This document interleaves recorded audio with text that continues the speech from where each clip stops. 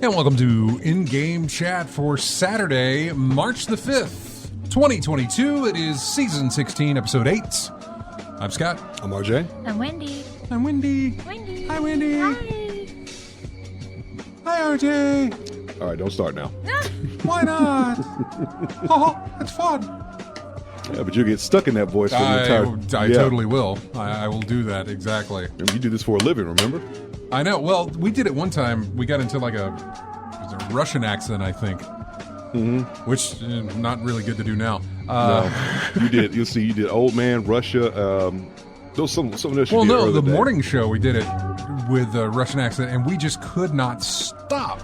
Yep. It just every time we would speak, we'd either end the sentence that way or start it that way. It just rolled right into it without even thinking about it. But anyway. So yeah, we won't be doing that anymore.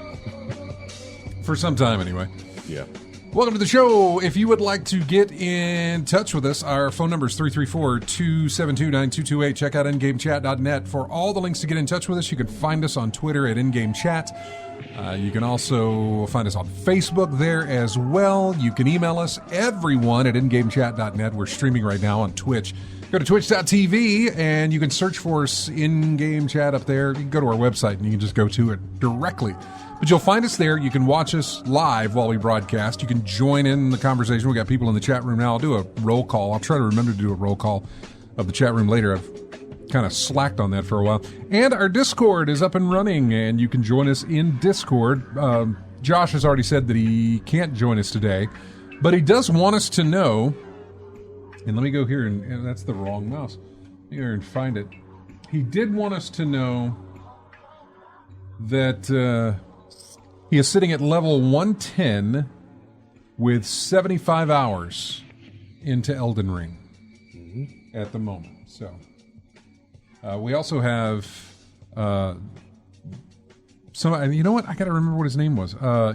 His name's Violent on Discord, but I've known him for a long time from just previous websites that we've talked to and everything else. Anyway, he got a Steam Deck, and so I was hoping he would pop into the chat room there or the Discord and at least tell us a little bit about what he's done. He hasn't done much with it yet. I think he just got it yesterday. Yeah. So he hasn't done very much with it, and so. He may join us. He wasn't sure that he'd be around at this particular time to give us an assessment of it. We do know, however, at least something that I say pertains to me, but was one of the driving factors for me to get it is it's Portable Destiny on PC. I mean, I know I could somewhat have a Portable Destiny experience using like Microsoft's cloud thing or whatever. It's not the best. But this could be. However, we have found out that Destiny does not run on the Steam Deck. At all or not well? It does not run. Okay. And if you try to find a workaround to make it happen, you risk getting a ban from Bungie. And I don't think it has anything to do with like, hey, you're doing something you shouldn't be doing with the Steam Deck. We're going to ban you. I think it's because you do actually have to figure out a way to bypass their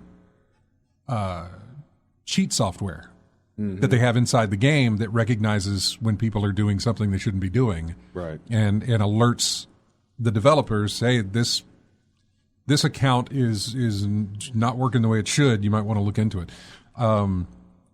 So yeah, people who try to circumnavigate that to get Destiny 2 to work on a Steam Deck aren't necessarily doing it for any other reason than to have a portable Destiny, not trying to cheat or do anything out of, wrong. Mm-hmm. It's just that in order for them to make that work, they would have to somehow bypass, and it's not called cheat software. I don't know what it's called again, but it's some kind of security software that makes sure people aren't gaming the system. Right. Of what they've got in place. They don't really care about the PvE stuff. It's that PvP type of stuff that they're worried about. Yeah. And so that's the problem. It's called BattlEye is the name of the software. Okay. And that is the holdback on this. They may eventually find a workaround for it, but they don't have one right now. Mm-hmm. And you risk being banned if you try to make it work on a Steam Deck. So yeah, that's what we know so far. What does he got? I was looking for Dark Souls book to give to someone. Found this box of wonderful. Look at that. SWAT 4. Man. Hang on. Look at this. Marvel vs. Capcom 2, Gran Turismo 3, SWAT 4. I still have my box copy of SWAT 4 on my shelf. That was a fun little game we got to play. That was Nabokov. He's in the Discord. He's in our Discord channel, and he threw up some pictures. That's it's fun to do with Discord, man. That's how Discord works.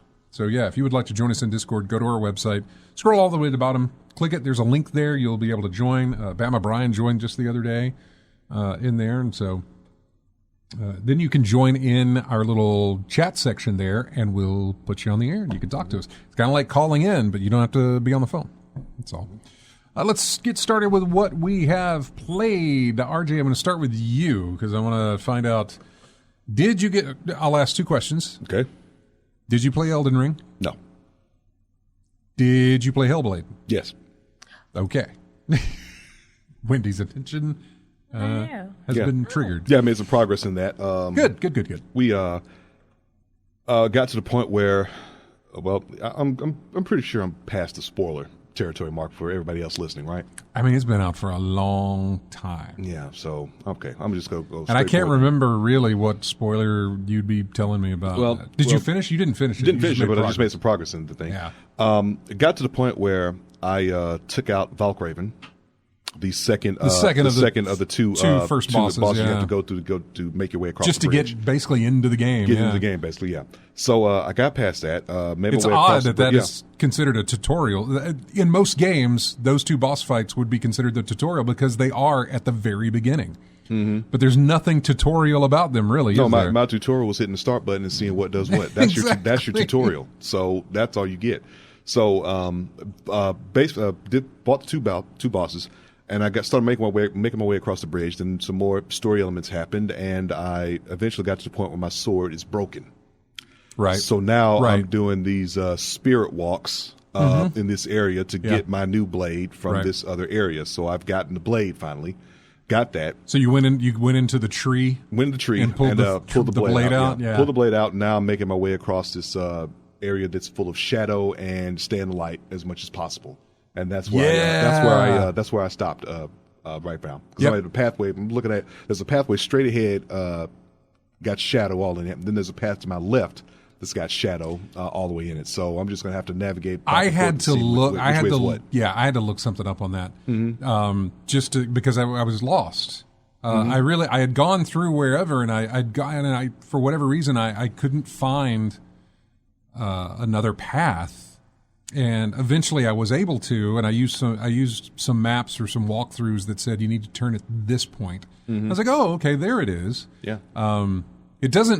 There's not really any sort of cheating that you could do online to understand this game. No, it's just like outside of go where you're supposed to go. You have knowing to where to go. Yeah. Yeah, that's it. So yeah, I see where you're getting close. Mm-hmm. You're getting close to the end.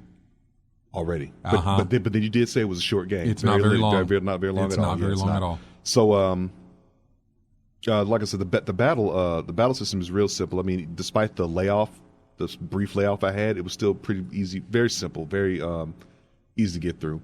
Walking through that area before you meet your It was, I forget the name of the place, but it was the one with all the corpses and it's rated where it looks like you're walking through hell. Yeah. You do a hell walk, basically. Hell walk, basically.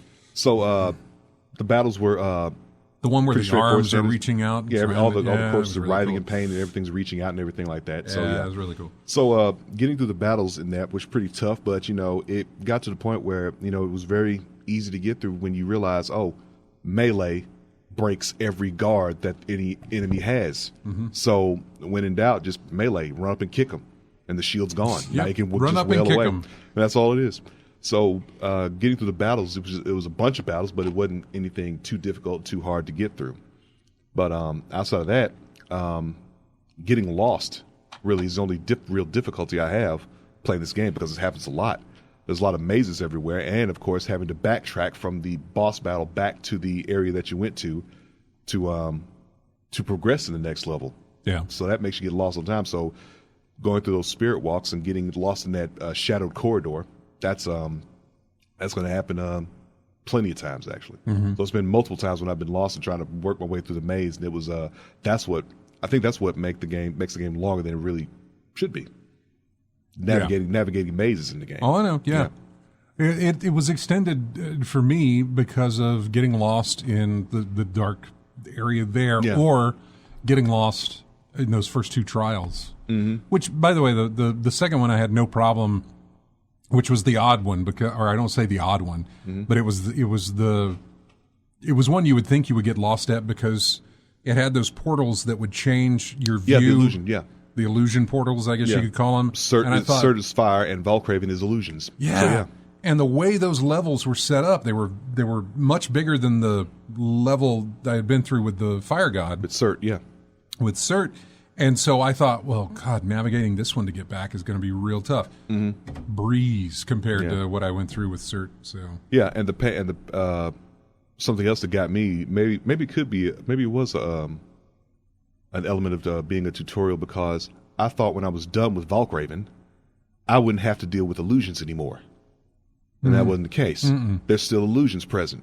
Mm-hmm. After I've taken this dude out, I've still got illusions to deal with in this game. Because it's all in your head. So, You didn't get rid of what's in your head. Mm-hmm. And the other part of that being is that when I got into... So, I finished those two bosses there, got into the next room, and I think immediately a fight breaks out. And, of course, I went ahead and finished that. But once that fight's over with, I got stuck in that room, too. It took me a little bit to figure out where to go in that room. Even after opening up the door that was in front of me, I was still able to do that, but it was still difficult for me to be like, I know I need to match up symbols here, but I couldn't figure out how to get up to that second floor in order to get a better perspective to get those symbols matched up. I finally did. It took a while. Yeah. But those two, that first area, that first section was, I don't want to call it one of the most difficult sections, but it was... I want to say tedious. Yeah. It was a tedious effort going through that. Nothing difficult, but just annoying to go through. Yeah. But you want to push on and go through. It's a story game, so you want to get to the end. So you got to suffer through this to get to the end. So plus, that gives you motivation to keep going. I deviated to find those rune stones so I could get more story. Mm-hmm. I really enjoyed the rune, the little circle that tells you, because it kind of tells you, oh, you found them in this section, but you're missing one in this section. Yeah, it'll let you know when you missed something. And I've missed a bunch, but I wanted to get through the story. So it'll probably be something backtracked or something or whatever, and seeing it later on. But I do like the way that I think what was his name, Druth, tells a story in each one you do. Yeah. What was that one he's talked about? Something turned into a cow. That's right, a cow. Bet you didn't expect that, did you? Yep. Nope. No, I loved those to the point that I think I went on YouTube and found just the entire just those to listen to him talk. And he's giving a little bit of backstory about your character, but mostly it is Norse mythology that they're just talking about, Yeah. They're talking about the different gods of Norse mythology. Yeah. Some names some names are recognized. Odin, Ymir, things like that. I recognize those names from stories and whatnot I've read through. Most of them I recognize from God of War, the recent the most recent God of War that took place in, they're doing Norse mythology. And so I had heard of all of these characters. Because it was a change from Greek to Norse at that point. Yeah, that's right. Yeah. It started with, and then it's like, well, we've kind of bled the Greek mythology dry here. Literally. Let's move on to another one. Kidding. We've killed them all, so we're going to have to change. Go to some other a lot of blood mythology. Yeah, yeah. And so they went to Norse, which is fine. I'm totally okay with that. Totally okay with it. Yeah. So what else did you play? I did a little more progress in Warframe as well. I finally got a companion, a Kubrow, basically a big hunting dog. Okay. Really, just goes on the missions and basically takes out enemies for you. Sometimes it'll open crates for you or find items and bring them to you. All types of things like that. And there's ways you can, and like any weapon or any apparatus or gear that you have, you can give him upgrades and armor, weapons and abilities and whatnot. Yeah. So it's going to be fun having her. They did say it was a female Kubrow that I've got, taking her along on missions and whatnot, and making sure I can level her up as quick as possible. Also, I finally booted up Destiny 2 after a 78 gig download of updates that I had to do in that thing. So that took a minute. So you know how it is when you haven't played a game in a very long time. You have to go back and refresh your memory of seeing how the game actually works. Yeah. Well, it didn't help that I had to go through that and all the new stuff that they put in there since I last played. So they had the fragments and the upgrades to your void abilities and things like that. Void in particular. So is this the first thing, or are they going to do the same thing for Ark and Saul in this game?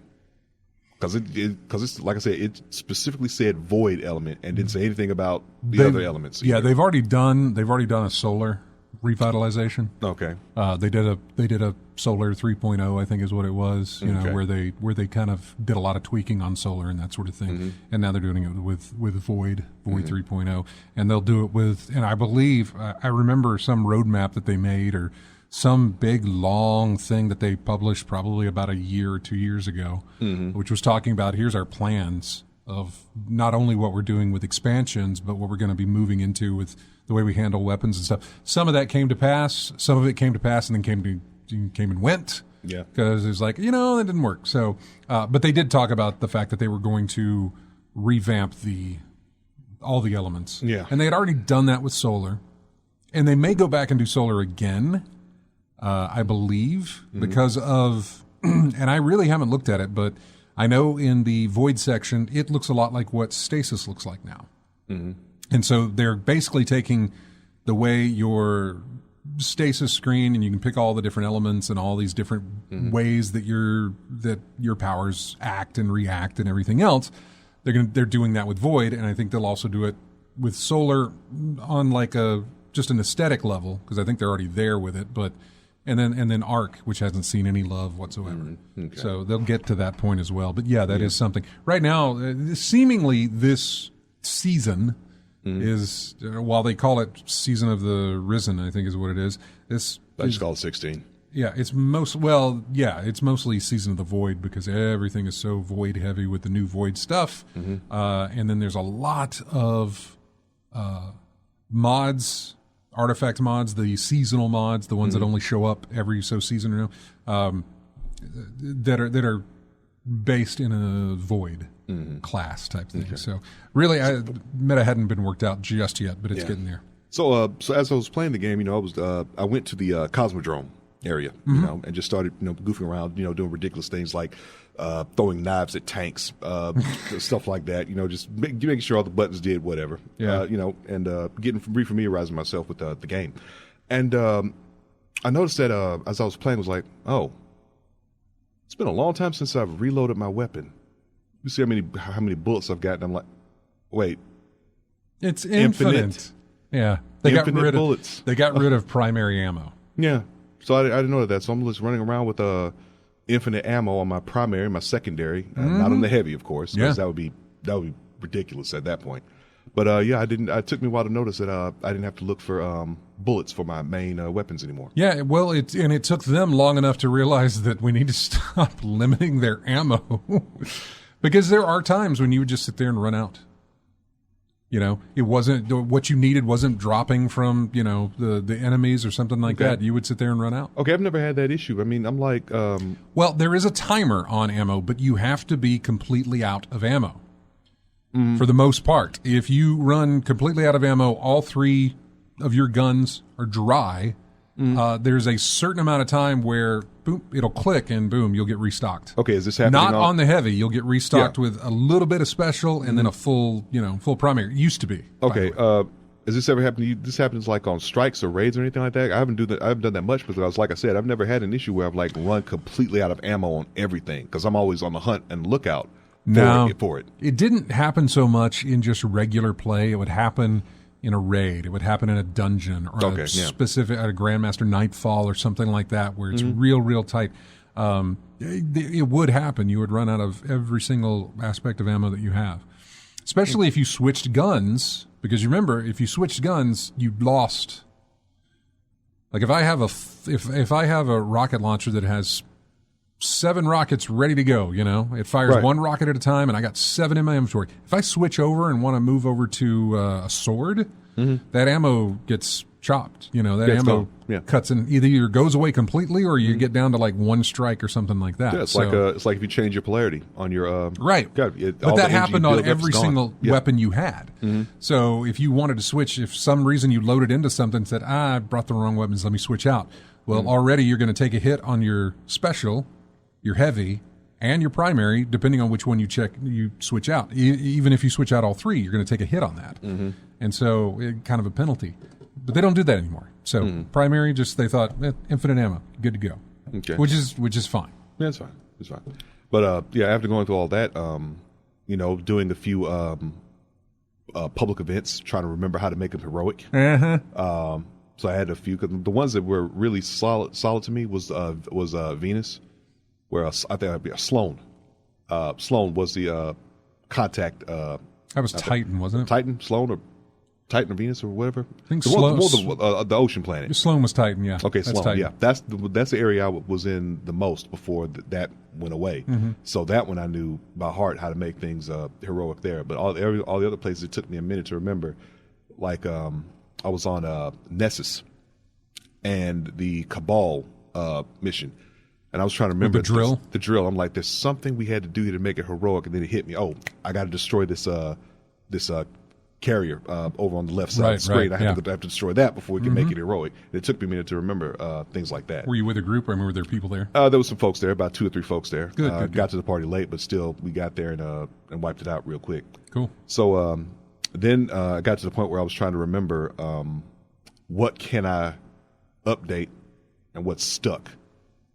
Some things I can't upgrade anymore. Right. So probably every single weapon you have when you logged in are up to par with what you're doing, but as you start to grow, they're not growing with you because those are sunsetted weapons, I imagine. So there's a lot of them that says legacy item. And it said, well, especially as far as how long it's been since you've joined in there, you're probably looking at legacy item. Yeah, still works, but still,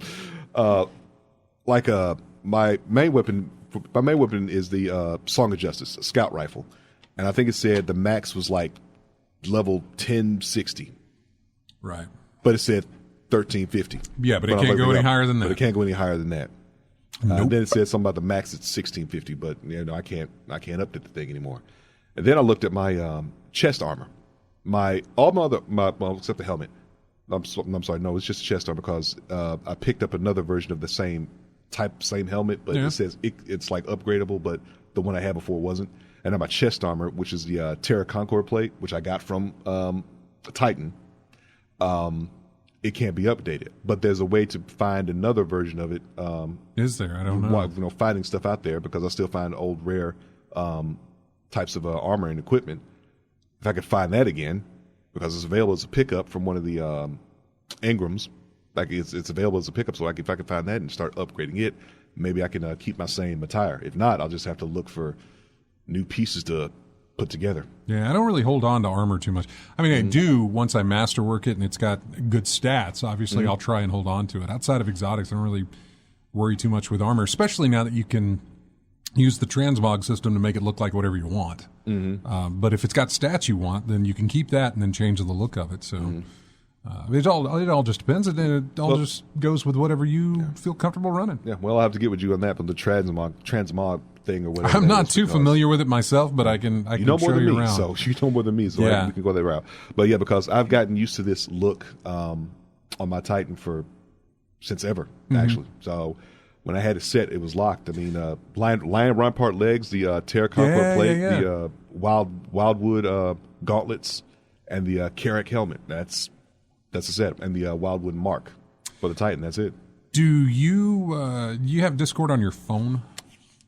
Doubt it.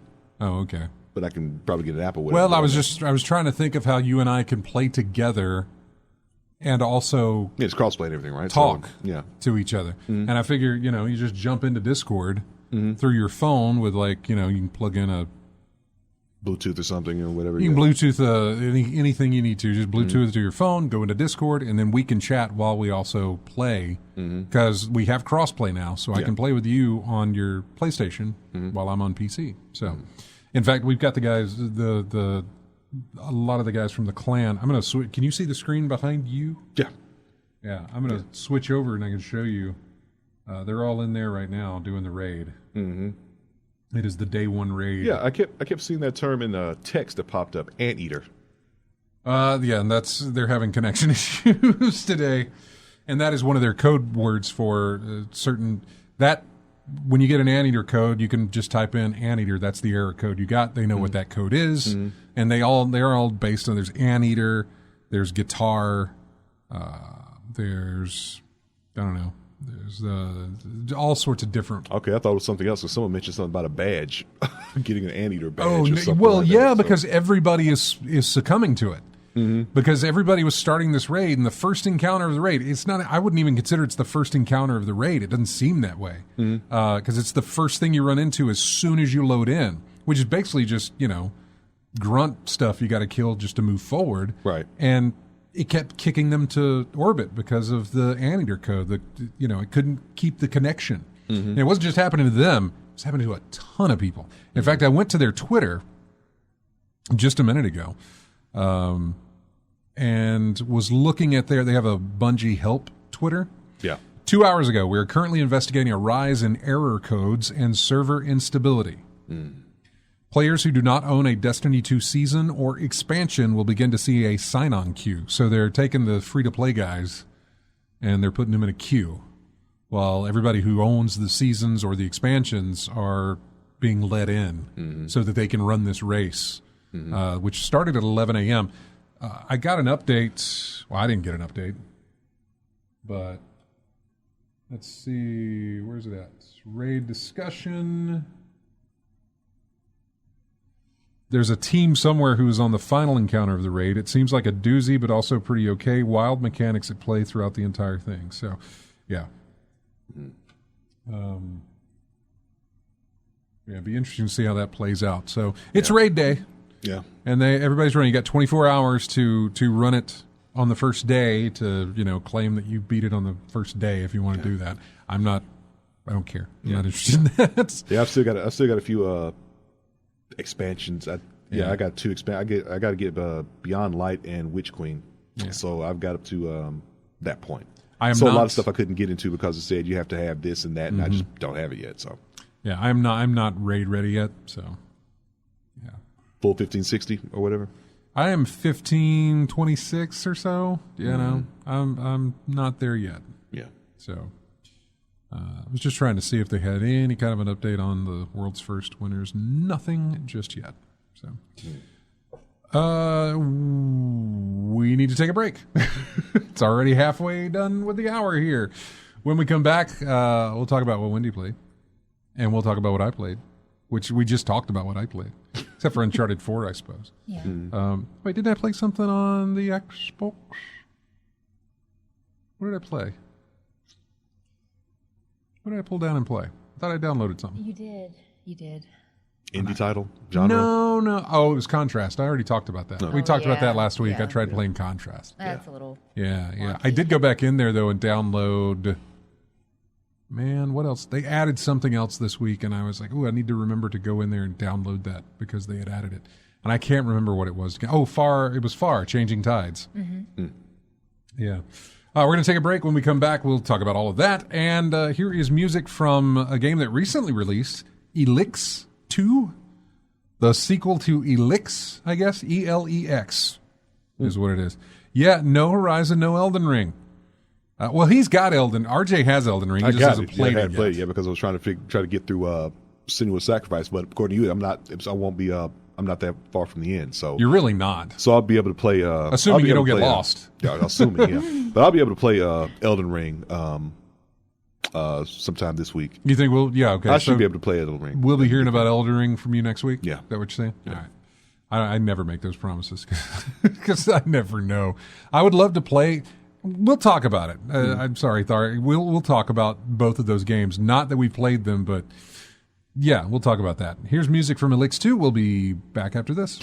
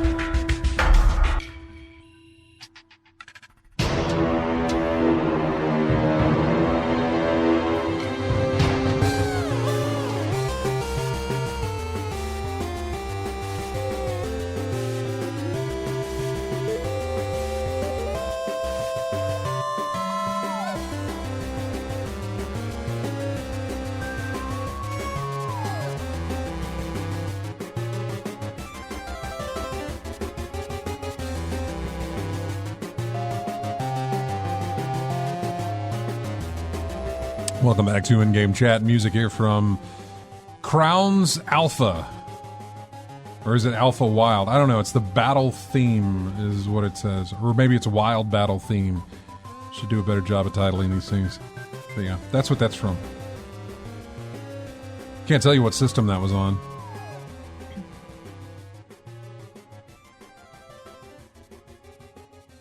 Anyway, welcome back to the show. Wendy, what did you play? I played Animal Crossing. Of course. Surprise. And I went in and I disabled the beautification thing. I certainly did. I Good. found it and I turned that little thing off. And all is well on the island. And I've been playing that. And I also started playing Far. Oh, did you? Okay. Yes, on the Switch. Mm-hmm. Not the second one. It's the first one. Yeah, The first game was on sale when the second game launched this week. Okay, yeah. And so the first game was on sale for like $3 on the Nintendo, and so I was just like, okay, fine, I'll get that. Yeah. And the sequel is on Game Pass. Mm-hmm. So that's what I put on there. So I haven't played that yet. And did you go back to XCOM at all, or did you try any more of XCOM? I didn't. Anything else? No, Nope. that's it. Okay. Yeah, I love those little $3, $2, $4. They either games, come up on. I think I catch them more on Slick Deals than I have through the Wario account on Twitter. I found them on Slick Deals. I was like, oh, okay. Well, that looks because the thing was regularly being sold for like $15, and it was on sale for $3. It's like that's worth picking up. Yeah, you know, $3 is now, but $3 is the new $5. Well, I used to look at a game and I'm like, $5? Sure. Yeah. Now I look at a game like Nah. Maybe. Make it $3 and we'll talk. Because I picked what it was. So late, what I got XCOM 2 for like $3 on Switch. The Far thing for $3 on Switch. And then and Vampire Survivors on PC I picked up for $3. It looks every bit of a $3 game as you would ever think Vampire Survivors does. Yeah. But the gameplay that you get out of it is so much more than just than what $3 is worth. It's the fun that you're having playing the game. Yeah. I mean, look those games in the 80s. You know, they weren't the most visually satisfying, but you had fun playing those things. So yeah, it doesn't have to look pretty to be a fun experience. Yeah. I like a lot, like Papers, Please, Gunpoint, all those other titles. You know, the retro look is coming back in, and that hasn't stopped it. Yeah, it is. Oh, I played some more Uncharted 4. I think I'm on chapter 20 of Uncharted 4. We just started chapter 20, and I think there's only 22 chapters, so we're getting close. We're getting very close to the end of that. And I don't know what we'll move on to. I have a few ideas of what we'll move on to after that. Maybe we'll do a vote. Maybe we'll put something up on Twitter and do a vote. What's the next game that Wendy should experience? Because I took her through the entire Uncharted series. And what was before that? Well, you watched me play Hellblade. Yeah. A couple others, so I don't know what series to go. Tomb Raider? Is that too close to Uncharted, really? The new reboots of Tomb Raider? That's a possibility, except I only own those on PC. Oh, okay. So I'm thinking more console-type stuff. What I'm thinking of, a few that I have in mind, and I want to go back and play, so Wolf Among Us, because it's getting a sequel. That's right. Yeah. So I kind of want to go back and do that myself and also get her into it. But I think another series that she would like would be Bioshock. Bioshock 1, 2, and Infinite. Yeah. I think she might I can like. already say yes. Yeah. Yes. Yes, I don't think I played 1, but I really did get into 2. Yeah. Yeah. And Bioshock Infinite was okay, but 2 had that really stuck out for me. 2 had that DLC, Minerva's Den, I think is what it was. That was really, really, really good. Compared to the rest of that, some good DLC for a game. I know there's old games there as well. She hasn't played any of the Half-Life games. I think I do have the orange box. To go back to, especially Portal. I think she would have more fun playing Portal probably than watching somebody play it. But but this is just something where we sit there and play a game, and she gets the story out of it. Really, it works well in the Uncharted series because of the way that those things are made to kind of have that cinematic feel. Yeah. So it gives you and just going back through 4, man, and seeing. Listening to the, watching the dialogue, the facial animations, the story beats, the music that they put in with it. There's just some really, really good moments of not like action or not big set pieces, just some really good character development. Yeah, that they did with that, especially between Nathan and Elena.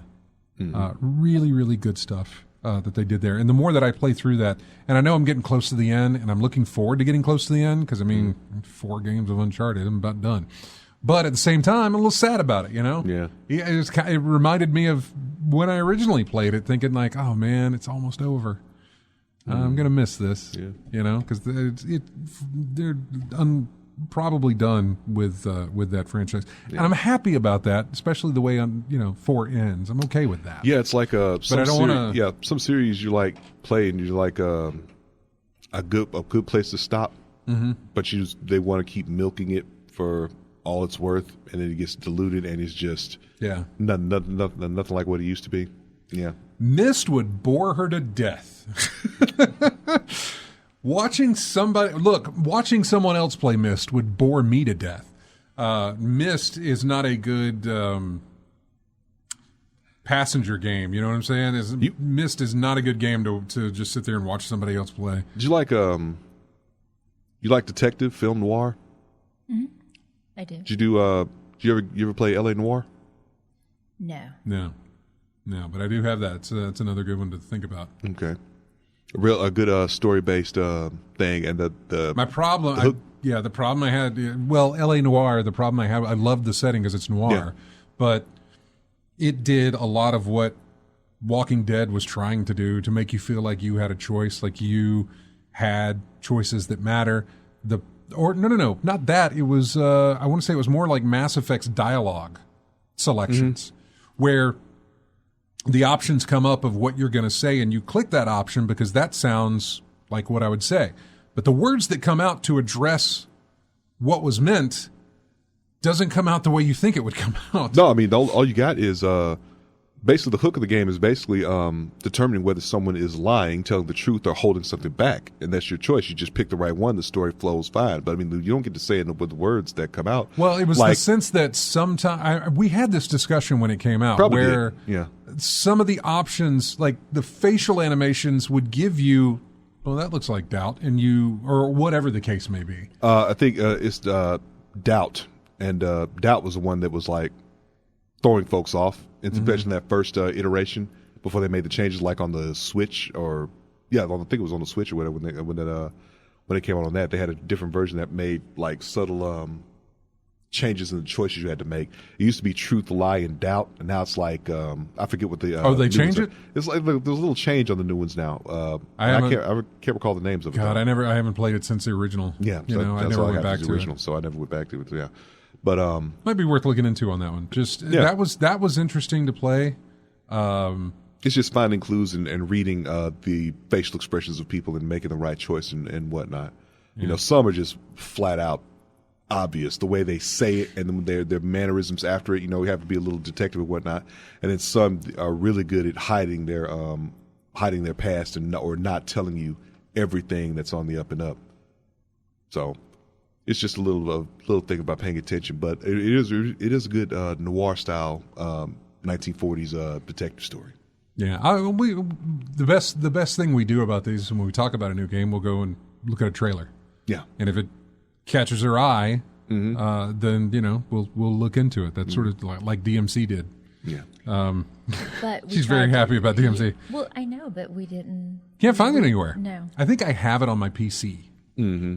Is the issue, but I don't have it on any kind of. It's not on Game Pass. I don't have it as a game that I've previously owned, which is weird because I thought I did. Yeah. It's not on PlayStation for like PS Plus where I pulled it down. So I could have sworn I had a copy, and trying to find a used copy was very difficult to do. Yeah, there was not one anywhere around. There were digital copies of the game. I think they were digital. It may not have been. I thought they were digital copies, but they're like full price. Yeah. No. Maybe it's one of them things that's like one of them cult classics or whatever. Yeah. Yeah. I don't know. It's like I remember one like that was really hard to find. Split Second. Yeah. That was a hard one I kept my copy of that. Good thing you did, because when I looked for it, it was real hard to find. I didn't think about it, but I know that there's a little used game store right down from the house. Yeah. That I totally forgot about going to, and they'll have a copy of it. I'm almost positive that they would have a copy of it. I just thought about that, by the way, right now. Let's. I was about to ask, Wendy, is there a certain genre you cater to in terms of gaming? Murder. Murder. Okay. What a genre? Murder. Murder. Okay. I like murder. I like murder. Okay. So, film noir is right up your alley. That's first of all, yeah. The mystery. No, L.A. Noire would be good. L.A. Noire would be good. I don't like playing horror games, but she would love something like Condemned. Yes. She would love Condemned, Criminal Origins. Criminal Origins, yeah. She would love something like that. I ain't playing it, though. We'll be together. You won't be scared. You won't be alone. It doesn't. I mean... I'll give you the controller. You figure it out, so that you can enjoy that. But yeah, I like them because James played it. Yeah, and so I watched him play it. We watched him go through Condemned, it. Right? Yeah. And so the puzzles were fun, but they're nope. Yeah, all of my nope. We're already playing Plague's Tale. I need to go back and finish that. By the way, you do. So yeah. Let's go to the phone. Well, no, let's go to the phones. Let's go to the Discord and talk to Chris. Chris, you there? Is it working? It's working, man. Well, it looks like the phone line in the radio station is down. It's not ringing through. Is it really not? No, I dial the number and it just sits there. So no telling. Well, you're not going to hear dial tone unless you hit one of the buttons. Oh. let me write. Like I should do this later, but I'm going to dial 29228. Oops, nope. I left a number off. 2729228. Go. It was busied for a while there, and we took the busy off. Uh-oh. Maybe that's what it was. Oh, wow. So it went from busy to dead? What has happened here? Well, good call. Well, I appreciate you letting us know, Chris. We'd have never known. I mean, it's not like we get a ton of calls on the show anyway. And if you don't call, I just figure you're out of town. So... yeah, that can save y'all come Monday morning. No kidding, man. What is up? That's weird. Okay, well, thank you for letting us know. But anyway, I finally wrote the letter out to Sony. Uh-oh. What happened? No, Chris went away. Chris, you there? How about now? Yeah, I got you Yeah, now. we got you. Okay.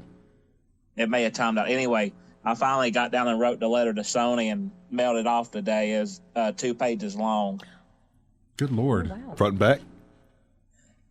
Well, just one side. Okay. All right. But, yeah, I went into good detail and explained my situation, my beliefs and everything, and the issue about them making it almost impossible to get in contact with people at Sony. And I mentioned that I sent them a message on the PlayStation Facebook page, the private message, and got the response that no one's home. What, auto response or something? Yeah, it gave me an auto response that nobody watches this channel or pays attention to the private messages with Sony. Yeah. Oh, Yeah. nice. Yeah. Of course. Too big to pay attention to his customers. Maybe. Yeah. So we'll see what happens, and I gave them my email address, and that I expect to hear back from them. So we'll see in the near future.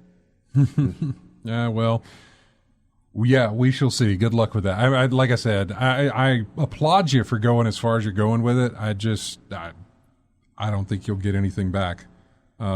Keep doing it though. Keep at it. Something may happen. You never know. Mm-hmm. So. Yeah, I decided just might as well give it a try, even though I don't think anything will happen either. But if I don't do anything, if I don't do anything, nothing's going to happen for sure. So yeah, that's true. Mm-hmm. That's true. You still playing Horizon? No, I haven't got into Horizon yet. I'm still trying to finish up Dying Light 2. Oh wow. Okay. You're really a one game at a time kind of guy, huh? Yeah, unless I feel like taking a break from it, and then I plan on wanting to pop it in probably this weekend or next weekend pretty soon. Mm-hmm. Okay. All right. So, is there what's keeping you in there? Is it a big story or the action adventure? What's keeping you riveted in there? It's the action adventure, and then all the different things and side quests. Things on the map. Oh, I got to go do this, do that. Check mark list. Yeah. Yeah. So was it why you want the things that keep you away from the main story? I mean, I had that issue with Fallout all the time. It's like there's so many side missions that you barely get to the main story at all. Yeah, that's what I like about those different games. You do all the side quests, and you're like 30 levels higher than the first boss. Mm-hmm. Well, that's the point of it. Really, you have to some games you have to do the side quest to even level up to do that thing.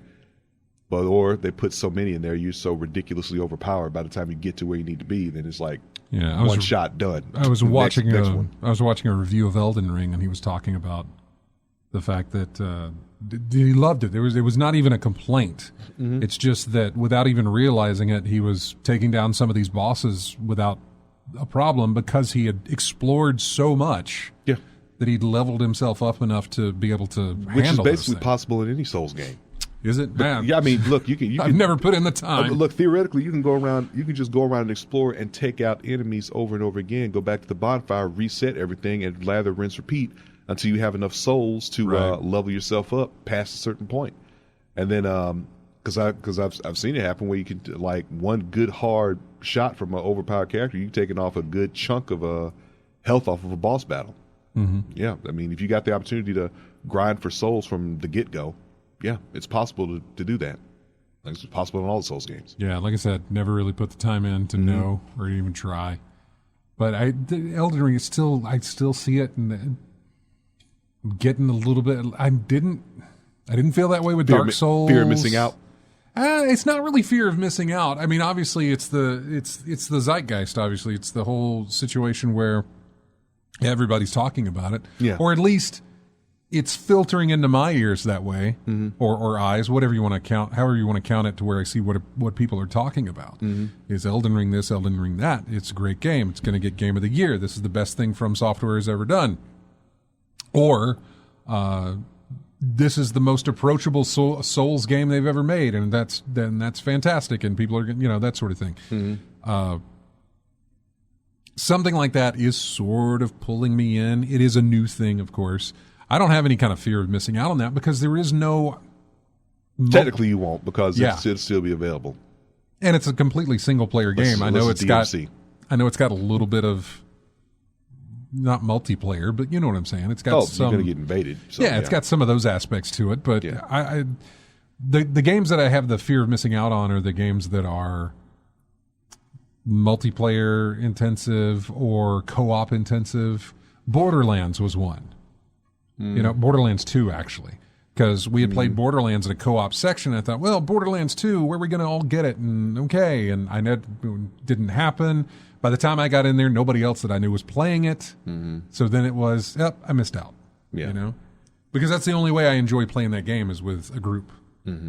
So stuff like that, I can get a fear on. I don't have any kind of fear of missing out with Horizon. I don't have fear of missing out with Elden Ring. And we go back to Horizon for a second. So we were talking about this in one of our Discords, and I mentioned the fact that Witch Queen release, normally a Destiny expansion release, doesn't really hold a news cycle. You know what I'm saying? It doesn't stick around. It's like, hey, new expansion for Destiny, you guys enjoy it. More the same. Yeah, stuff like that. It's like or there'll be complaints. Here's the next Call of Duty. Okay, we expect that from them. But Witch Queen is getting a lot of rave reviews on what they're doing with their story missions and stuff, what they have done with the story in the game. And there's everything that I've read, as much as I've read about Elden Ring being accessible to people for a From Software or a Souls game, if you want to call it that, or just how amazing it is, I'm getting the same kind of read and feedback on not necessarily Destiny 2 as a whole, just the Witch Queen campaign story. Those missions, and maybe a little bit into the world itself. So it's like story mode done right? Maybe, and everybody's saying this eclipses what they ever did with Halo and what Bungie ever did with Halo, and this is the best time to jump into Destiny 2 if you've been away for a while or if you've never jumped in at all. Same kind of mirror thing with what everybody says about Elden Ring. It's all of the ones in the Cosmodrome, to be honest. So Witch Queen releases on a Tuesday, and that was the 22nd. Horizon released on the 20... Let's see. Horizon Forbidden West. There it is again. Yeah, I know. There it comes. It was released on February 18th. So it released on a Friday the 18th, Witch Queen on the 22nd, Elden Ring on that Friday. Horizon had like 3 days of, hey, Horizon's out, before it was, hey, here's Witch Queen. Oh my God, this is really good. And then a few days later, Elden Ring just smashed everybody. Nobody is with the exception of because it's like Raid Day or whatever, maybe they're talking about that, but nobody's really talking about Destiny anymore. Nobody's talking about Horizon Forbidden West anymore. It is Elden Ring. Elden Ring, Elden Ring, Elden Ring. And any other kind of news that's out there. But Destiny's been out a while, and then Horizon Zero Dawn, the newest thing, but then they've been the absolute new is Elden Ring. So, well, Elden Ring also had the whole. Well, it's From Software for one, which is how often do you guys get games from Software? Like once every 6, 5. There's a minute between games, yeah. Yeah, it's a good gap between games. Then to top it off, you had George R.R. Martin doing the writing for this one. Has some sort of a profile. I'm sure he probably didn't write the whole thing. He probably got emails that said, "We're adding this in there. Is that good?" And he's like, "Yes." That was probably the extent of his help. I don't really know how much he put into the creation of this game. Yeah. Story-wise, lore-wise, whatever you want to say. Still, that game had some backing too. Here's another observation before we have to go, because I've gone way over. I mentioned that George R.R. Martin guy was part of this. He's rarely brought up in reviews or anything like that. When people talk about this game, they are not talking about him. They're talking about game. They're talking about From Software, Souls-like. This is great. It's so massive. They give it more comparisons to Breath of the Wild, I think. Zelda, Breath of the Wild, I think is where they get the comparisons there. So, Hey, Chris, I'm not going to hang up on you because you're in Discord. It doesn't matter. You can just hang out there if you want to. Isn't that lovely? Yeah. So we are going to go take a break, though, and when we come back, we'll jump into some of the news here. Music here from a game called Voice of Cards, Forsaken Maiden. It's the main menu music that plays. We'll be back with more of In-Game Chat right after this.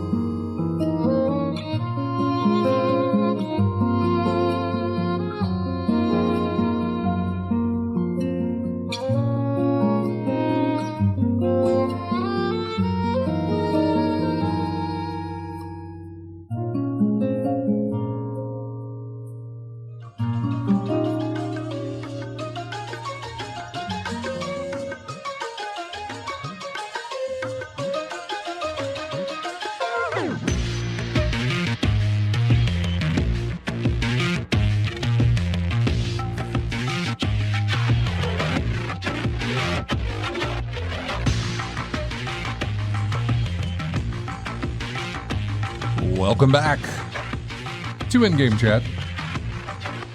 Music here from Shadow Warrior 3. Haven't played that yet. I remember seeing that on an E3 preview or something like that, bloody and all kinds of... I don't know. I've never played a Shadow Warrior game, so... Yeah. But 3 looks like, hey, it's one I could get into. Maybe. I don't know. Anyway, welcome back to the show. Let's see, looking at some of the news that happened over the week. Valve is already looking at new ideas for, and I'm seeing if Violent's showing up. Valve's already looking at new ideas for the next generation of Steam Deck, which is good. Because I saw, in all the reviews I was reading, a lot of people were very happy with the way that it is and said, it could do this or it could do that, and we'll probably see that in a revision later on down. And so hopefully that is the case, and that is what we will get at some point. I don't know. It'll be interesting to see how far they go with the how long they let it out there before they say, okay, we need to do a new one. We need to do a refresh of the tech or something. I don't know. Like, what is that? 6 to 12 months. Which one would you say? I would go probably 2 or 3 years. Probably 3. How long did Nintendo wait for the revision of the... all they did on the Switch was just an OLED. Yeah, it's still a revision, but how long did it take for them to do that? 2 years? 2 years? I want to say. Maybe it was, I think it was around 2 years. Okay. before they did that. And now they did the Switch Lite, I think about a year into it, which was the one that you can't dock it. It is really strictly handheld. Strictly portable, yeah. Yeah. So they did that. Again, that was a revision in aesthetic. There was no revision in the inner workings of the machine. Something like the Steam Deck, which is a portable PC, will get, I would imagine, would get revisions, like I said, about every 3 years, maybe. I don't really know.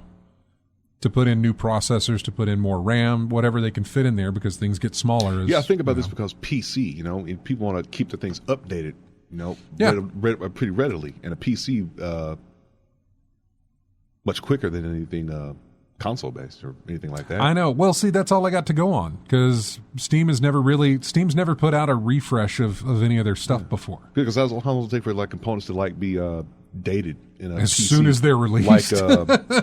Like 18 months, 12 to 18 months. Well, let's see. Some new version of type of something, or something better comes down the line. It's about a year. About a year. So, I mean, for the most part, you'll get, if you don't get refreshes of technology, you get revisions of whatever's current. So in other words, we'll take NVIDIA for an example, where they did here's our 3080. And then about 4 months later, or 6 months later, you'll get the 3080 Ti. That's not, which is more expensive, more powerful than what is out there, or something like that. So, but not really a new generation. It doesn't move us into the 4s. We're still staying in the 3s. The 4s, by the way, I think are coming this year. So that would be 2 years. I think, in between the 30 series and now the 40 series. If the rumors are true, because they got compromised this past week. NVIDIA got completely compromised in a cyber attack. I believe they said that no user information was taken. Of course, I never buy that. They always say that. Yeah. So they say it until they don't. They say it because they can at a certain point, until they have to either word it differently or come right out and say, yeah, your stuff's compromised. Yeah, you might want to change your password. Yeah. No user info got out. Change your stuff. They're lying. Yeah. They're lying. Yeah, and even if they're not lying, we don't believe you anyway, because so many people have lied before you. So go ahead, change your stuff. Change everything. Nabokov says the cycle's probably 18 to 24 months. It's a TikTok cycle. You get the minor improvements every 6 to 12, but you get the new stuff every 18 to 24. Okay. But that is sure in the world of somebody who owns a PC who wants to do those upgrades, and maybe that is what they do. We don't know. Valve, this is the first time Valve has put something out that looks like it's going to stick around for them. Maybe. I don't know, man. I can't tell you. That controller was kind of cool, but it didn't stick around. Yeah. Actually, I think it's still around, but nobody's really implementing it like they used to. Big picture mode and everything else, when they were trying to put Steam into the living room instead of on a PC. And then the Steam, whatever, the thing that you could stream your Steam screen or whatever. to the... I don't know what it was. Anyway, they never went back and revised these things. They may have gotten some software updates, but they never went back and said, you know what, we can make this better. Let's build a new one, or let's do, Steam controller 2.0. What? I don't care. Yeah. Just something. But they never did. On anything that they have ever made that I know of, they've never, outside of a game, which apparently they only do 2 of those, they haven't done something like that. So I don't know what their plan might be as far as, which is stupid that we're talking about it, I think, right now. Yeah. When it just come it's out like, PS5's out there. Well, when's the 6? Because that's going to be better. Of course it is. So better be. It's kind of only out of my curiosity to see what they're going to do.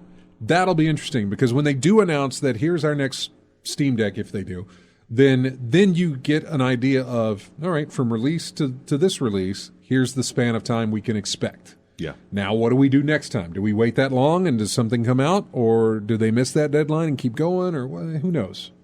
We don't know. We don't know what they're going to do. I feel like this is something that might stick for them. I don't know, though. I don't have one in my hands. I'm checking over to the chat room there to see if Violent's in there. He's not. I don't have one in my hands. Matt's got one, or getting one, I guess, but I haven't heard from him about it at all either. So I'm trying to read through the chat rooms to see right now. DDR5 is a thing. Yes, it is. You can't actually have reliable RAMs. The Valve could straight up actually release the Steam Deck 2.0 and kick the hardware to the curb compared to what they have. I know there's a lot there, but we don't know what they're going to do. We won't know until they say something about it. So, Lethal Migraine mentioned that Microsoft or Valve has told Microsoft,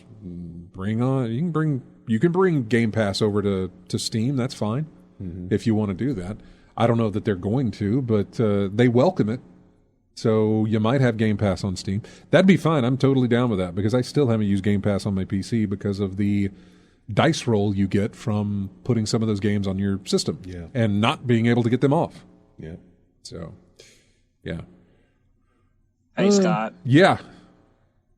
What's up, Have Chris? you seen about the things on the new Steam Deck, the portable Steam system that Nintendo supposedly has taken down videos of it running emulation of video games or Nintendo games? I heard people had emulation running on the Steam Deck and of plenty of different things. Nintendo being obviously the one everybody's going to do to be able to put that stuff on there. Yeah, I've seen that where they do that. I don't have any desire to tweak this thing. You know what I'm saying?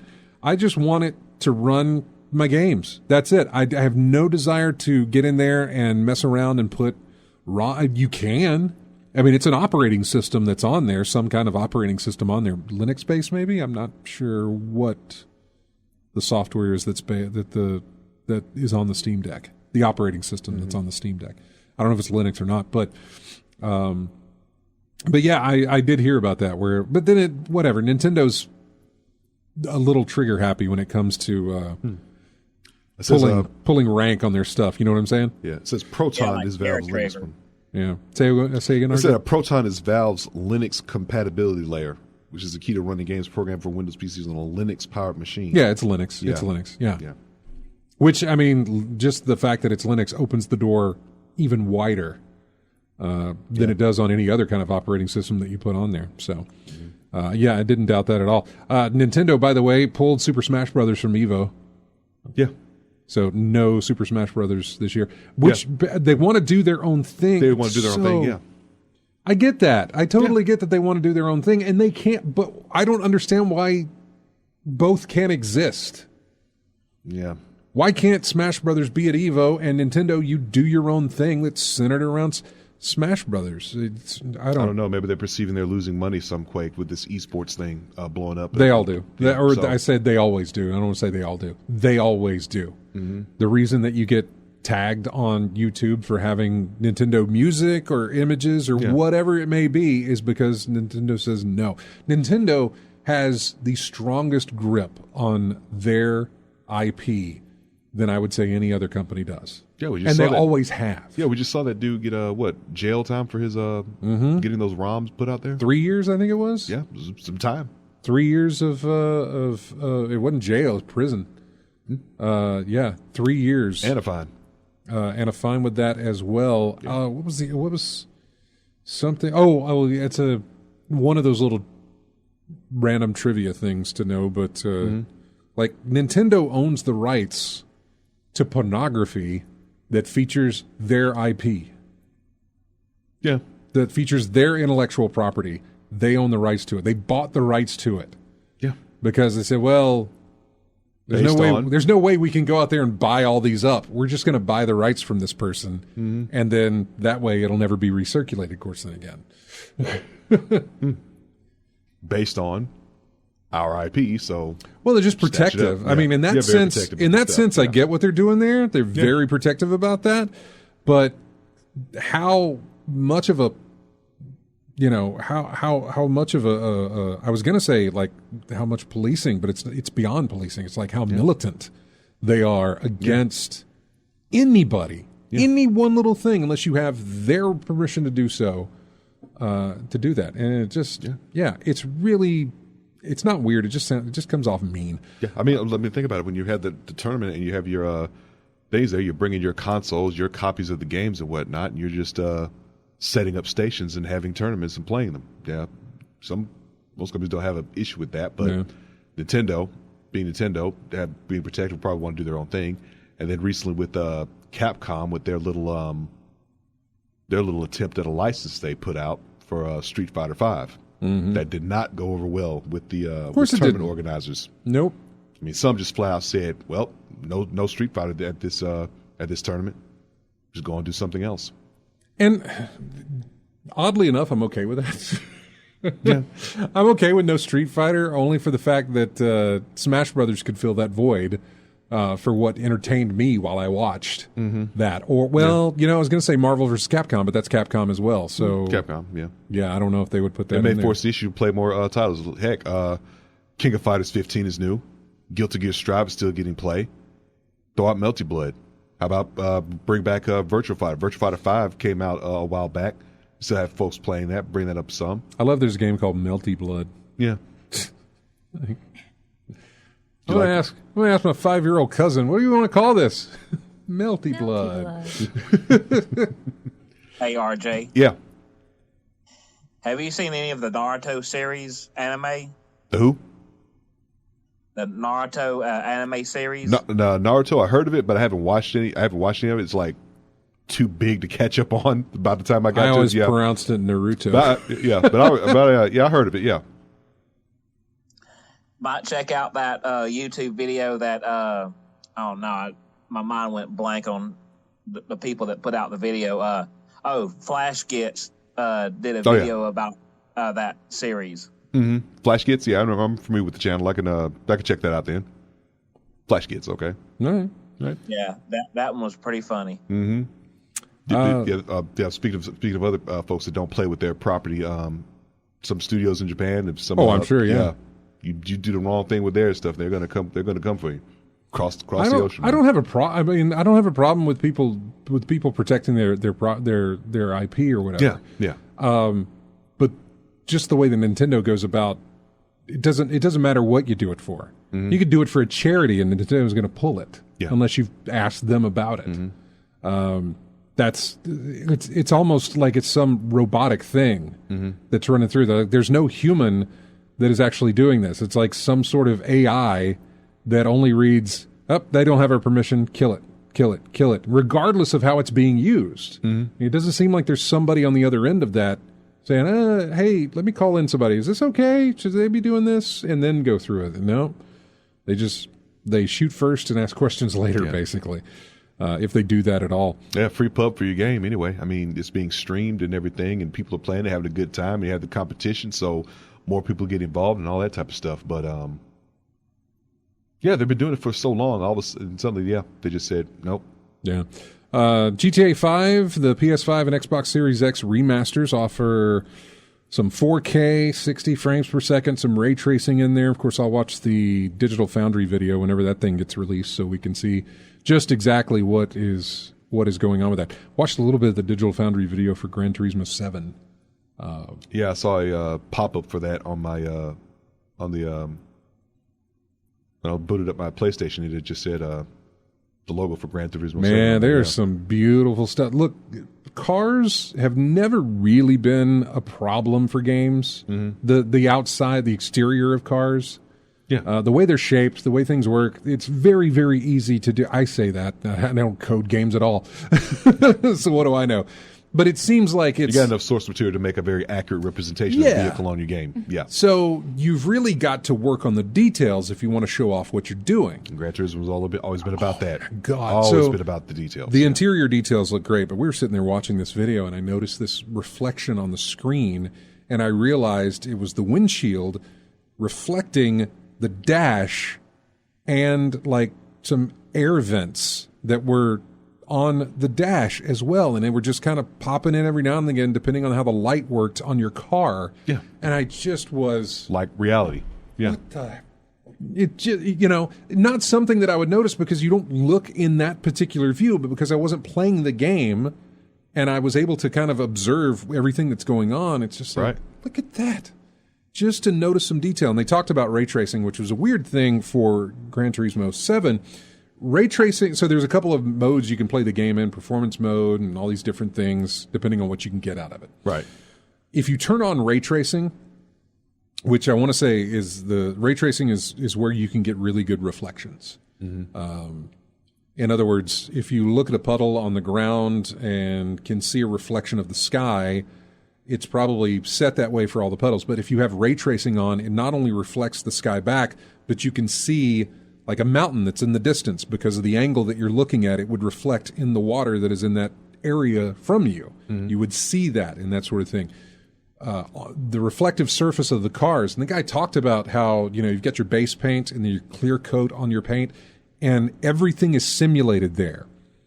If for some way that you could take off the clear coat that they coated onto the car, you would then have a base coat that you would have to take off how they coated that onto the car, the frame of the body. So a lot of it works. Anyway, ray tracing only works on replays, demos or something like that. If you actually are playing the game, you will not get ray tracing off of that. But if you watch a replay of the race that you do, it's there. It's an interesting little thing. Yeah. But man, is it just gorgeous. I have no intention of buying it. That is not my game. I'm an arcade guy, racer through and through. Yeah. But boy, is it pretty to look at. It is just beautiful to look at. So yeah, that's out now as well. What was I going to talk about? Activision Blizzard got sued in a wrongful death case alleging sexual harassment. That led to suicide of an employee, now getting sued for it. Activision also blamed Microsoft, the Microsoft acquisition, for failure to hire another woman to its board. Like, we're not going to hire another woman to its board. Why? Well, Microsoft bought us. Okay. What sense does that make? What's the correlation? I don't get it. Okay. But whatever. Not really a show note, but a PSA, if you would. If you have Epic Games, the Epic Games Store on your PC, one of my favorite games, a game that I absolutely love, haven't played it in a very long time, but put some hours into it when it released. City Skylines will be available for free next Thursday, and then for a week on the Epic Games Store on PC. Okay. So if you'd like to jump in on that. We also had the BAFTA award nominations go out. And I don't want to go through the entire list. Sounds like, would it sound like more of the same or something? Or well, I can, let's see, Game of the Year what year is this? Yeah, this is the right one. Game of the Year nominees. Well, I was looking for, just give me a list, but there isn't one. Looks like It Takes Two is a Game of the Year award nominee. Unpacking is the Game of the Year award nominee. Metroid Dread, Game of the Year nominee. There's a couple of others there. I thought I had a list, but apparently I do not have a list. So sounds like the awards from DICE last time. It Takes Two and Metroid. Let's see. Returnal got 8 nominations. It Takes Two got 8 nominations. Ratchet and Clank got 7. Forza Horizon 5 and Psychonauts earned 6. Deathloop got 5. The best game category, Inscription, Ratchet and Clank, Deathloop, Forza Horizon 5, and Returnal are all in there. Let me tell you, every single award thing that you hear about for 2023 next year, Elden Ring is going to, I don't know if it's going to sweep wins, but it's going to sweep nominations. It is going to get nominated a ton. Yeah. Just from what I can tell from just looking at this. Yeah. The reaction that it's getting. But I always say with any award show, the one that makes the biggest impact the latest in the year anyway. Elden Ring, it's early in the year. Mm-hmm. You still got 9 months to go, so see what else pops up. Yeah. This is weird. It says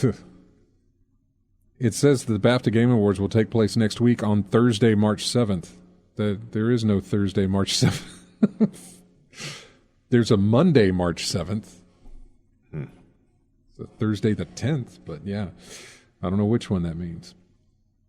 All right, we're going to take a break here, and then when we come back, we've got more news to discuss, and we will. And I'll read some of the chat room roll calls there, and yeah, got more to come after this break. Music here from Far, Lone Sails, which I think is the sequel that came out. And so this is called Sail My Friend. We'll be back with more of In-Game Chat right after this.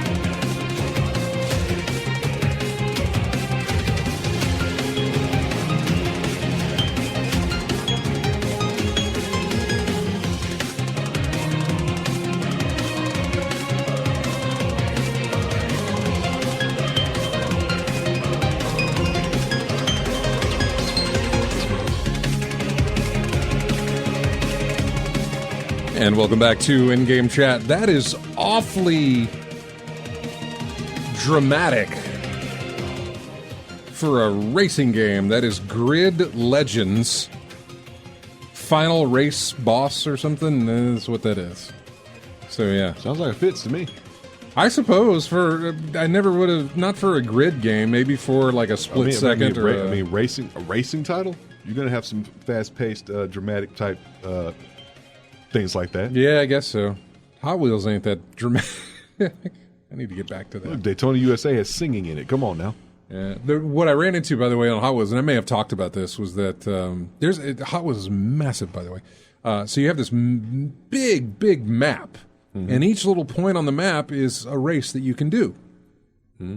And so you don't drive through the map. You just that's where you select the next race you're going to do. As you do a race, so like the race points are at intersections. So when you do a race, you unlock the ability to go down, take a left, take a right, go straight. If it's a four-way, sometimes it's not. Sometimes it's just a T intersection or something. But anyway, once you do that, it unlocks to where you need to go. That's great until I got to the point where every turn, everything that I made, everything that I unlocked only pointed me to the thing I hate the most in racing games. The one thing I can't stand in any racing game. Mm-hmm. Hate it. Time trials. Do not like racing against the clock. Time trials in racing games are the underwater levels of every other game. Do not give me a time. Don't time me on anything. That's the challenge of it. Well, that's what I hate. You have to find it. Look, it's like it's the part of it's like SSX. I know when that came out. I mean, get from point A to point B as fast as you possibly can. That means you got to find. That means lather, rinse, repeat. Find the absolute perfect lines all across that entire mountain. And racing games is no different. But in SSX 2, you just had to finish first. Didn't matter your timing on there. I don't remember SX2 having. I'm talking about the latest one, the remake one. Yeah, the remake. Yeah, that one. Yeah, because you have little ghosts to get, and you can get points and benefits and whatnot. I mean, I didn't like that either. By the way, I know it's a time trial. It's that lather, rinse, repeat of finding the perfect route and route and skill to get from one point to the next. Yeah. It's like a standard in a lot of racing titles, but it is. Is it completely unavoidable for you?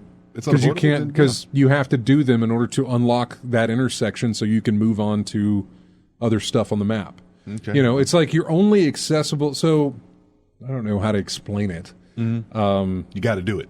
But if I took a map of I don't know, a city, you know, downtown L.A. Yeah. You know, and put it there, and at every intersection I put a challenge to you. And you couldn't cross that intersection. You couldn't pass through. It's like a red light. Yeah. You can't pass that intersection until you've completed that challenge. Okay. Once you've completed it, then you can go left, right, whatever on the map. So you have to do it. And I was able to get through enough to where I've done races and different things like that. But now I'm at the point where all of my unlocks or everything I have to do now are time trial based. And I'm not a fan of it. But I really haven't approached one in that game yet. But you got to do it if you want to complete it. The only ones I remember it from are Burnout. I hated the time trials in Burnout. Yeah. So basically, so what you're describing sounds like Burnout with restrictions. Because you can go anywhere you want in that map and thing, but you're stuck with stuck at the spot. Again, I'm trying to explain this map thing. It's not a map that you drive around on. It's a map that your cursor moves on to pick. And then once you select it, you don't drive to that thing. It's just there's the race. It's not an open world game like Paradise was. Okay.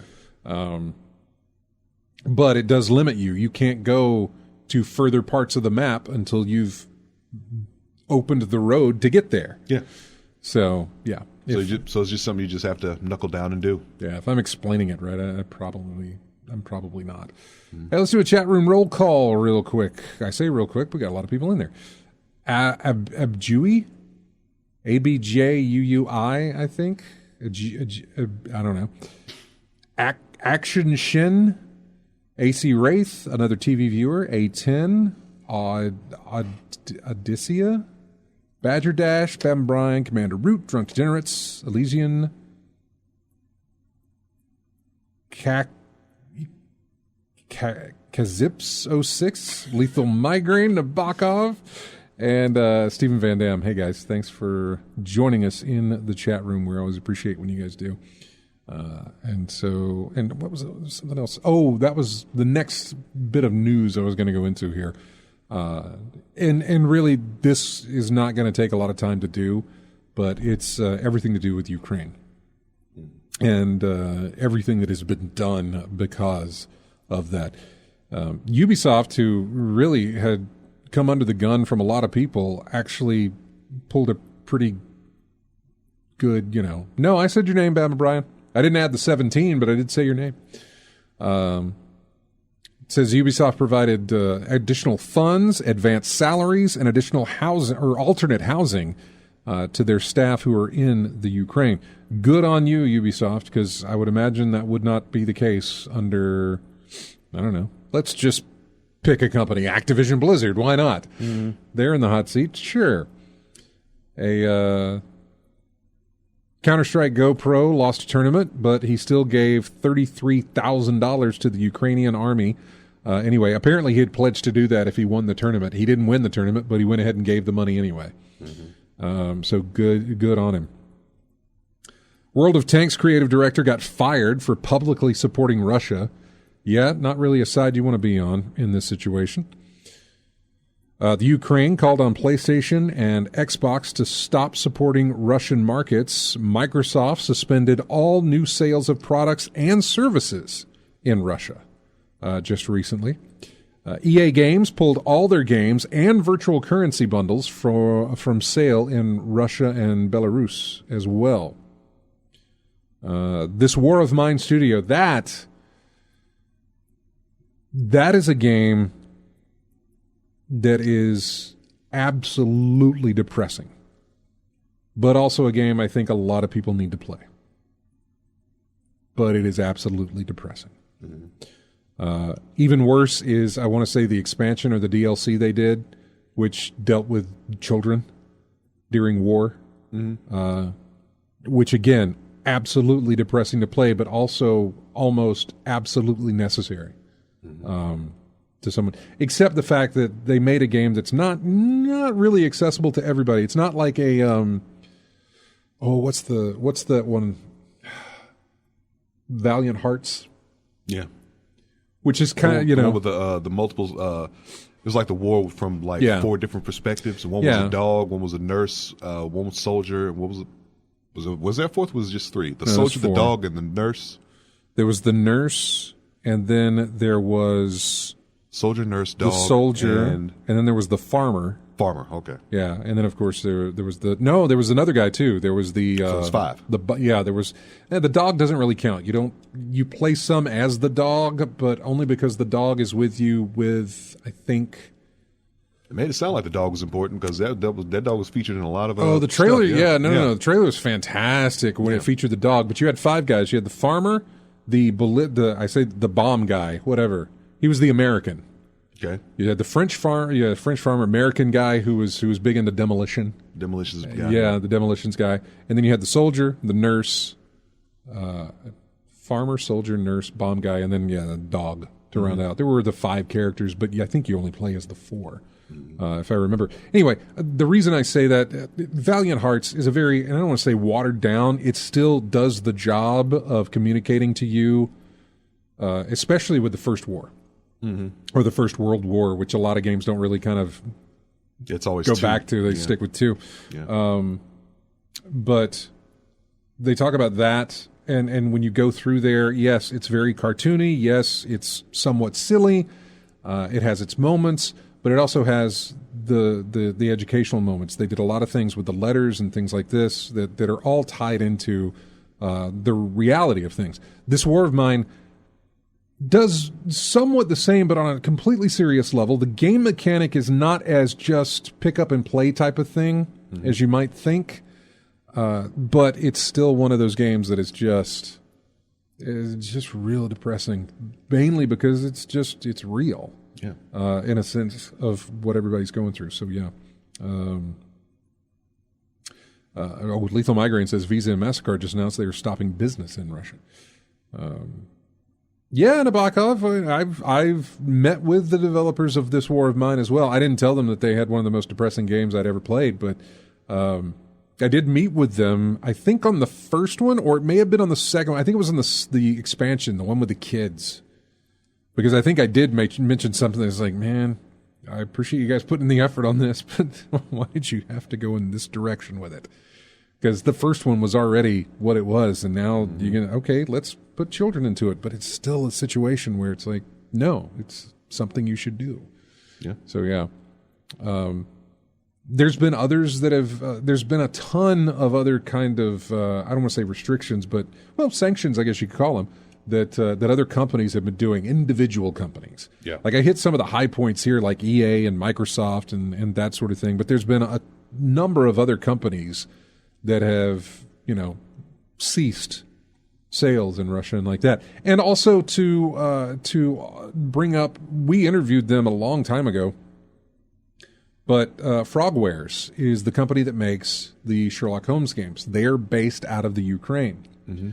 And something was going on with Ukraine years back whenever one of the Sherlock games was getting released, and we had them on and we talked to them about it. So, but yeah, there's a number of studios that are in Ukraine as well.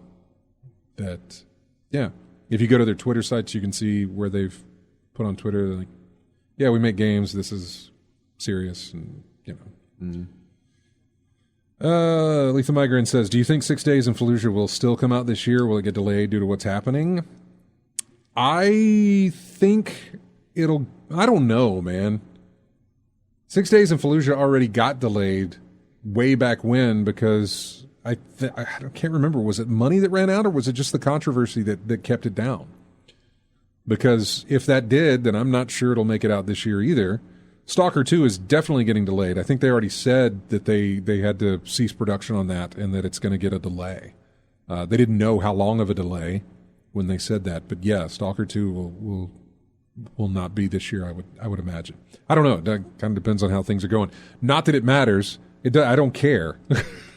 I don't want to go up to them and say, hey, if this thing ends next week, you guys get to get it out end of the year, right? Yeah, no, not a situation that I really care about. Just get safe. Game can come later. That's fine. Yeah. But yeah. Let's see what else. Anything else going on? Is Chris still? Yeah, Chris is still in there. You still there, buddy? Chris? He's frantically getting his stuff so he can say it. Yeah. There he is. There we go. Got to be at the ready, man. I had to activate the phone again. I'm sure it went to sleep on you, yeah. Mm-hmm. Let's see. Nabokov says dev for 6 days in Fallujah is Highwire Games. They're based out of Seattle. That's fine. They can finish developing the game. Will they get it released? I don't know. Because of the situation? Don't know. So, we'll see. Not really... well, we're not getting... No, it's next year we're not getting a Call of Duty. So, I don't know.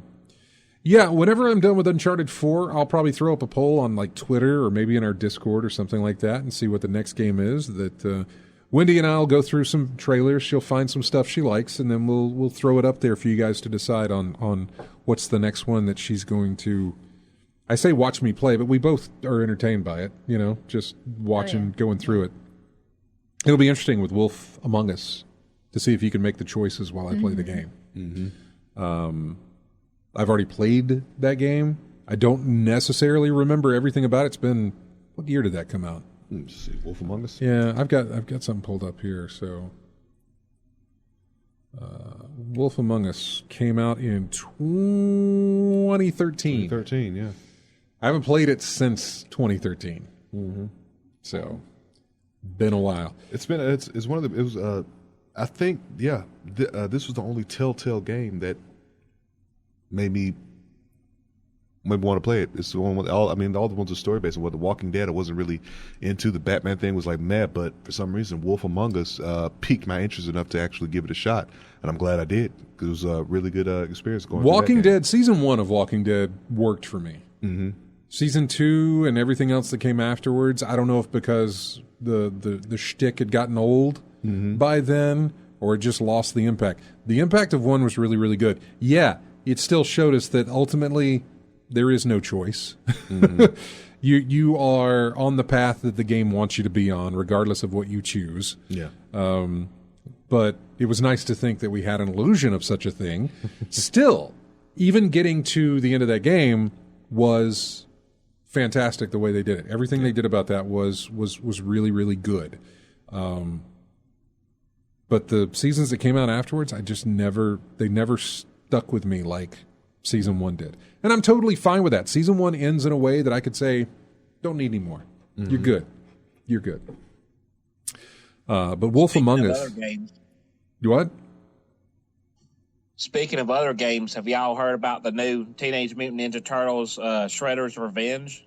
Yeah. Not out yet, though. I know about it. That's based on the...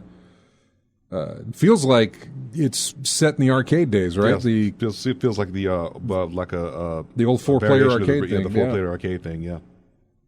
I haven't heard any news about it. It's been a while since I've seen anything. But is that I found out you can play as April and Splinter now too. But it's not out yet, is it? No. No, it's supposed to be out sometime this year, but I don't know a release date yet. Okay. Yeah, it still says 2022, but yeah, April is a playable character along with Splinter, and I think what they did was they took they just took a lot of moves. They gave her a lot of moves from various incarnations of Street Fighter. Oh, really? Just implemented it and gave it to her. So you're gonna recognize. I think Cammy's dive kick and Chun-Li's bird kick. I think are two of the moves they gave her in that game, or they won't officially say it, but that's exactly. Is that Capcom? Like. Street Fighter? No, Ninja Turtles. No. Who is that? Who is the publisher on that? Dotemu, the ones who did the Street Fighter, Streets of Rage 4. Those folks, the ones who did Windjammers. Yeah.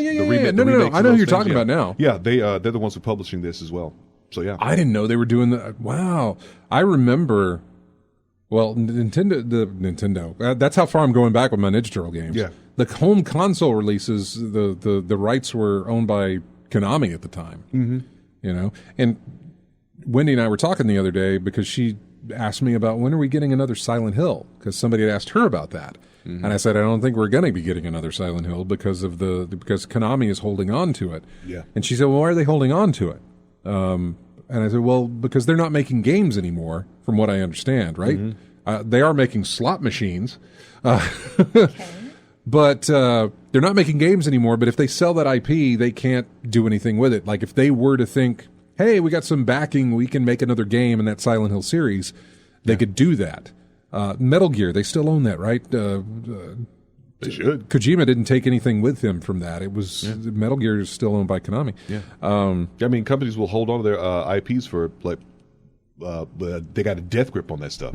Like Sega has been holding on to Eternal Champions for so long, and I've been waiting for them to do something with your IP. But no, they're just going to hang on to it and do nothing with it. Just lock it up somewhere. Yeah. And they won't let anyone do anything else with it.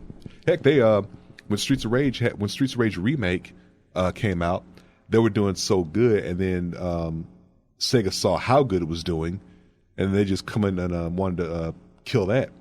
Yeah. It was too little, too late, because it was already out in the public and out in the wild. Well, I had forgotten that Konami made, like, is it slot machines or pachinko? Probably. Pachinko machines. Pachinko, probably. Yeah. And I remember my one trip to Vegas I ever made.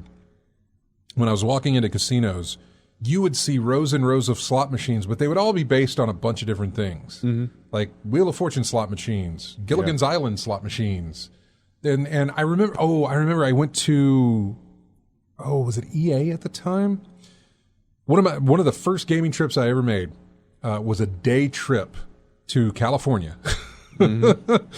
to see Kane and Lynch, and I got to interview the composer Jesper Kyd, who does a lot of who did Assassin's Creed, Hitman, that sort of thing. Anyway, walking into their lobby was this was IDOS, I think. I can't remember who it was, but there were Tomb Raider pachinko machines in the lobby that you could go up to and play if you wanted to. They didn't pay anything out, but they were there. And so thinking back on that, I realized Konami's holding on to that because they can license that stuff out to anybody they want to. That's why they're holding on to the IP, because they have control. If somebody wants it, sure, buy it from us. Oh, crap, we got to go. Yes, show is over. Chris, bye. Sorry, got ahead of me there. I apologize. We've got to go. Have a good week. We'll see you next Saturday. Music here from a game on the Switch, Triangle Strategy. It's the main theme. Bye.